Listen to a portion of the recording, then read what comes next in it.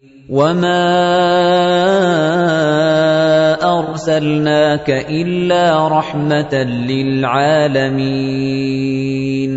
Dan kita akan masuk pada kesempatan ini, semoga Allah berkahi hadis nomor 465 ya, yang berbunyi dari Anas radhiyallahu anhu bahwasanya Rasulullah sallallahu alaihi wasallam bersabda, "Yattabi'ul mayyita thalatha, ahluhu wa maluhu wa amaluhu. Fayarji'u ithnani wa yabqa ma'ahu wahid. Yarji'u ahluhu wa maluhu wa yabqa amaluhu." Hadis ini muttafaqun alaih atau riwayat Bukhari dan Muslim. Artinya, yang akan mengikuti mayyit itu 3 perkara. Maksudnya ke kuburan pada saat jenazahnya diantar gitu. Keluarganya, harta, dan juga amalnya. Keluarga, harta, dan amalnya. Lalu yang 2 kembali pulang dan tinggal yang 1 saja. Keluarga dan hartanya kembali pulang dan yang tinggal adalah amalnya. Hadis ini teman-teman sekalian termasuk hadis yang ringkas, padat, ya, dan memiliki banyak sekali faedah dan hikmah yang bisa kita ambil. Dan ini sangat tepat diletakkan oleh Imam Nawawi rahimahullah dalam bab zuhud, ya, karena memang mengingatkan kita bahwasanya dunia akan kita tinggalkan. Sehebat apapun saudaraku seiman, Anda menjaga kesehatan Anda, ya, Anda menjaga makanan, ya, minuman, udara, ya, semua yang sehat, ya, maka pada saat ajal datang Anda akan meninggal dunia.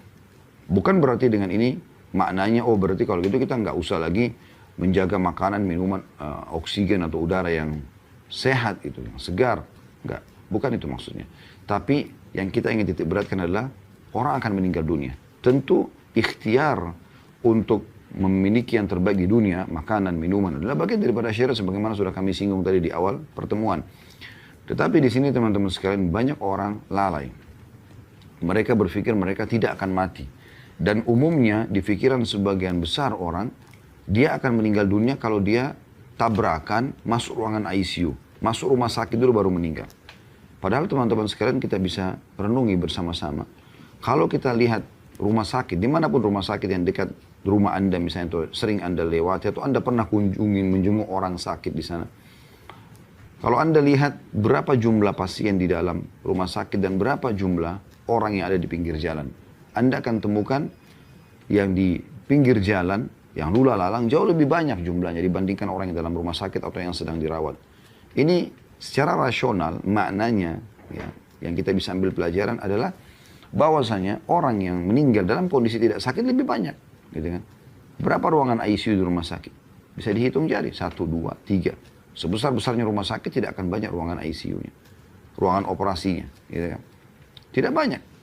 Artinya, banyak orang yang meninggal tanpa sebab itu. Tidur malam, pagi sudah, ya, tidak bernyawa lagi. Lagi jalan. Ya.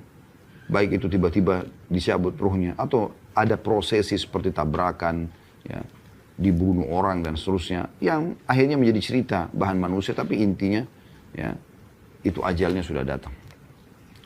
Baik teman-teman sekalian, kita coba korek, ya, hikmah dan pelajaran faedah daripada hadis ini. Faedah yang pertama yang bisa kita ambil adalah potongan sabda Nabi SAW, yatba'ul mayyita thalath. Pada saat jenazah diantarkan, maka akan ikut 3 bersamanya ke kuburan itu. Ya. Makna 3 di sini, ya, artinya yang nyata, yang ikut dengan dia dan memang ini akan menjadi sebuah bahan, ya,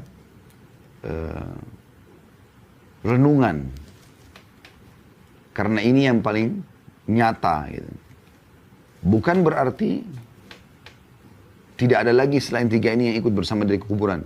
Karena kan masih ada teman-teman dia yang ikut ke kuburan, tetangganya, kaum muslimin jemaah masjid yang ikut sholat di jenazahnya. Gitu kan. Kan bisa saja gitu. Itu ikut bersama dengan dia ke kuburan. Tapi yang 3 hal ini yang paling berbekas, ya. Yang umum orang bisa langsung memahaminya. Oh iya ternyata benar gitu ya. Mudah gitu. Dan memang ini yang paling bermakna dalam hidup setiap orang di antara kita. Ya, itu maknanya. Berarti bukan hanya 3 ini sebenarnya. Tapi yang 3 ini yang paling besar pengaruhnya dan paling mudah difahami kalau disampaikan sebagai peringatan oleh baginda Nabi sallallahu alaihi wa ala alihi wa sahbihi wasallam. Kemudian pelajaran yang kedua disebutkanlah 3 itu. Ahluhu wa maluhu wa amaluhu. Keluarganya, hartanya, dan amalnya. Umumnya dari 3 yang disebutkan oleh Nabi SAW ini, memang ini dalam kehidupan kehidupan kita di dunia ini, umumnya ini memang urutannya gitu. Kebanyakan orang ya, mendahulukan keluarga, kemudian harta, kemudian baru amal. Kebanyakan orang seperti itu. Dia kalau sudah kepepet sekali, punya masalah-masalah yang berat misalnya, harta belum bisa atau tidak bisa bahkan menyelesaikan masalah itu, maka keluarga ini tempat dia bersandar.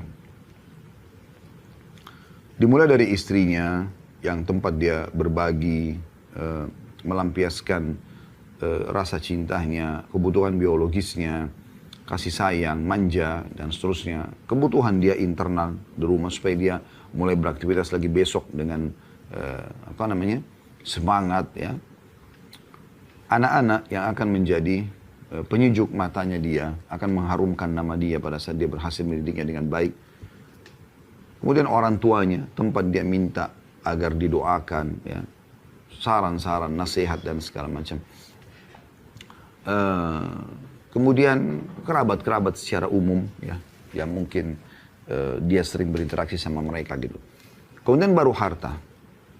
Harta juga menjadi target ya, di antara manusia umumnya gitu ya. Dan ini tidak salah kalau orang memang memiliki harta, yang penting sumbernya halal. Karena di hari kiamat nanti kita akan ditanya dari mana datangnya harta tersebut dan kemana dikeluarkan. Kemudian baru amal. Nah, kebanyakan orang memang seperti ini urutannya. Makanya Nabi SAW sebutkan urutan ini. Ya. Walaupun sebenarnya di antara 3 ini yang paling penting adalah amal. Karena Nabi SAW sekarang sedang ingin menyampaikan sebuah nasihat, saran gitu. Ya. Yang kalian selalu cenderung dahulukan keluarga kalian, harta kalian, dan amal kalian, nanti akan ada 2 yang kembali. Nah, ini urutannya, kurang lebih seperti itu. Ya. Makanya Nabi SAW mengingatkan, ya. Dan ini faedah yang ketiga yang bisa kita ambil. Faedah ketiga yaitu, فَيَرْجِعُ اثْنَانِ وَيَبْقَ مَعَهُ وَاحِدٌ يَرْجِعُ أَهْلُهُ وَمَالُهُ وَيَبْقَ عَمَلُهُ. Ini faedah terakhir dari hadis. Akan pulang 2, keluarganya dan hartanya. Yang selama ini dia dahulukan di dunia, ya, ini akan pulang. Secinta-cintanya seorang istri kepada suaminya, orang tua pada anak, anak pada orang tua, ya, maka mereka tidak akan menginap bersama si mayit di kuburan. Mustahil gitu. Pasti mereka hanya sekedar mengantar sampai ke kuburan, setelah itu mereka pulang. Istri kita, kalau seorang laki-laki meninggal, bisa menikah lagi sama laki-laki lain. Atau dia mengisi sisa umurnya dengan aktivitas dia umumnya. Dia sedih pada saat terjadi kematian tersebut. Tetapi kesedihan ini akan berlalu. Dia sedih misalnya di awal, dia menangis segala macam. Tapi terbukti dari sabda Nabi SAW memang ini hanya sebentar. Kenapa sebentar? Dia tidak akan tinggal di kuburan. Nggak ada dia ikut masuk ke liang lahat, nggak mungkin. Dia bisa mati tertimpa tanah. Atau dia tidur di situ, ya, di kuburan, nggak ada. Mereka pulang semua. Sedih iya, tapi tidak akan menemani si mayit. Tidak akan menemani si mayit. Demikian pula teman-teman sekalian hartanya. Mobil Ferrari, mobil Alphard, mobil apa saja yang mungkin bermerek, yang mungkin Anda lebih tahu dari kami tentang merek-merek dan harga-harga kendaraan yang mewah.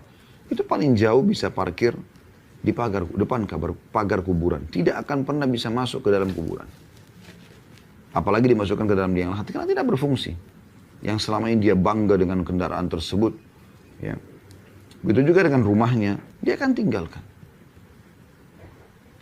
Tapi di sini dimaksud adalah harta yang dibawa. Umumnya itu kendaraan. Umumnya itu adalah kendaraan. Jadi, karena ini kan dibawa itu. Ya. Kalau rumah kan tidak dibawa. Gitu. Tapi secara umum harta sama, semua ditinggalkan. Baju, sepatu, tas, apalah, anggap semuanya yang bermerek gitu. Rumah, dan semua perabot rumah. Ya. Sofa, ranjang, AC, kipas angin, kulkas, dispenser, freezer, apalah. Ya. Lemari, ya. Pernak-pernik yang banyak di rumah misalnya. Aksesoris rumah di ruang tamu, ya. Kristal-kristal dan segala macam. Semua ini akan ditinggal. Semua ini akan ditinggal. Ya. Dan kita ambil pelajaran penting dari kasus dua hal yang ditinggal ini. Dan akan pulang gitu. Saya meninggalkan kita di kuburan. Artinya bukan ini yang harus dijadikan sebagai target utama. Tetap kita mencintai keluarga kita. Istri, suami, orang tua, anak. Tapi kita tunggangi mereka untuk mendapatkan yang terbaik di akhirat sana. Seorang suami berbuat baik pada istrinya untuk mengejar akhirat supaya dapat pahala. Seorang istri juga begitu sama suaminya. Orang tua pada anak, anak pada orang tua. Kerabat sama kerabatnya yang lainnya. Juga dengan harta. Bagaimana agar harta ini bisa ya, bermanfaat di akhirat sana. Itulah statement Abdullah bin Mas'ud radhiyallahu anhu yang mulia. Beliau mengatakan, siapa yang bisa meletakkan hartanya di langit, lakukanlah. Ya. Karena harta itu tidak akan dijangkau oleh tangan pencuri atau dimakan oleh rayap. Dan ini yang kami jadikan sebagai syiar dalam yayasan kami gitu. Letakkan hartamu di langit. Karena memang artinya sedekahkan. Sebelum tiba waktu nanti kau meninggal tidak akan bisa lagi disedekahkan. Kecuali memang ahli waris mau bersedekah. Dan itu sangat jarang. Mereka menggunakan harta yang Anda tinggalkan. Harta sebenarnya adalah harta yang kita keluarkan di masa hidup kita untuk akhirat kita. Dinukil sebuah kisah, ada seseorang orang kaya, seingat saya di negeri Yaman terjadi pada saat itu.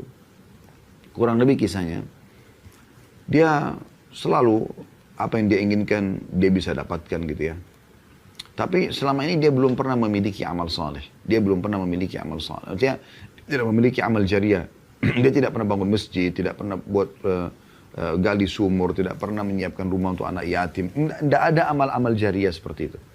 Dia tetap berdagang, tapi dia berikan kebutuhan keluarganya, segala macam. Umum seperti itu saja. Satu waktu teman-teman sekalian, dia lewat di satu perkebunan besar, perkebunan anggur. Dan di depan perkebunan anggur itu, pemilik kebun tersebut menjual anggur-anggur yang hasil panen di pinggir jalan gitu. Maka orang pada mampir beli. Dia pun melihat ada anggur yang sangat menarik buat dia gitu kan. Ya, maka dia membelinya. Dan cukup banyak yang dia beli. Kemudian dia bawa pulang ke rumah. Setelah itu, dia bilang sama istri dan anaknya, saya akan pergi sholat dulu. Tanpa dia menyinggung tentang anggur itu. Dia letakkan, subhanallah, habis sholat, dia ada sedikit aktivitas, ngobrol sama beberapa jamaah, dia pulang ke rumah. Waktu dia pulang ke rumah, dia ingin sekali anggur tadi, karena ranum anggur tersebut, lalu dia tanya istri dan anaknya, mana anggur tadi? Ternyata sudah habis dimakan oleh mereka. Habis dimakan oleh mereka. Tidak satu buah pun disisakan gitu. Karena ranumnya dan karena enaknya gitu. Mereka makan. Dan mereka tahu ini ayah atau suami ini adalah orang baik. Tidak marah gitu. Tapi subhanallah dari situ Allah sentuh hati dia agar dia sadar. Dia menyadari satu hal. Tiba-tiba dia pada saat itu pucat. Kemudian dia pun ya bergerak tiba-tiba langsung menuju ke tempat penyimpanan uang dia ya, di bank. Kemudian dia tiba-tiba menghubungi semua ya, yang pernah mengajukan proposal di kantornya, masjid, rumah anak yatim, semuanya tidak terkecuali diiyakan sama dia. Yang lalu-lalu yang tidak pernah diiyakan gitu, semuanya diiyakan sampai dia bangun sekian puluh masjid, sekian banyak tempat gitu. Setelah sekian tahun ada yang sempat tanyakan gitu. Apa yang mendorong ini? Kok bisa tiba-tiba gitu ya, dia berubah total seperti ini yang sebelumnya tidak pernah ada, bahkan di kantornya diketahui mungkin dia tidak ada proyek ini gitu.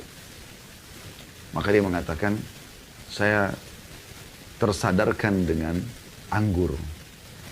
Kalau anggur saja makanan istri dan anak saya tidak meninggalkan buat saya walaupun satu butir anggur karena enaknya mereka nikmati, maka bagaimana kalau saya meninggal nanti? Apakah mereka akan melakukan amal soleh buat saya? Dari itu dia termotivasi untuk melakukan amal-amal soleh. Dan dia harus mengambil keputusan. Karena kalau tidak, dia berharap nanti pada saat dia meninggal, ahli warisnya akan membangunkan masjid buat dia, itu mustahil gitu. Bisa dikatakan mustahil kecuali illa man rahimallah. Kecuali yang Allah rahmati gitu. Yang tergerak hatinya, anak soleh, istri yang soleha, atau suami yang soleh, yang memang berpikir untuk si mayit. Tapi kejadian tidak seperti itu.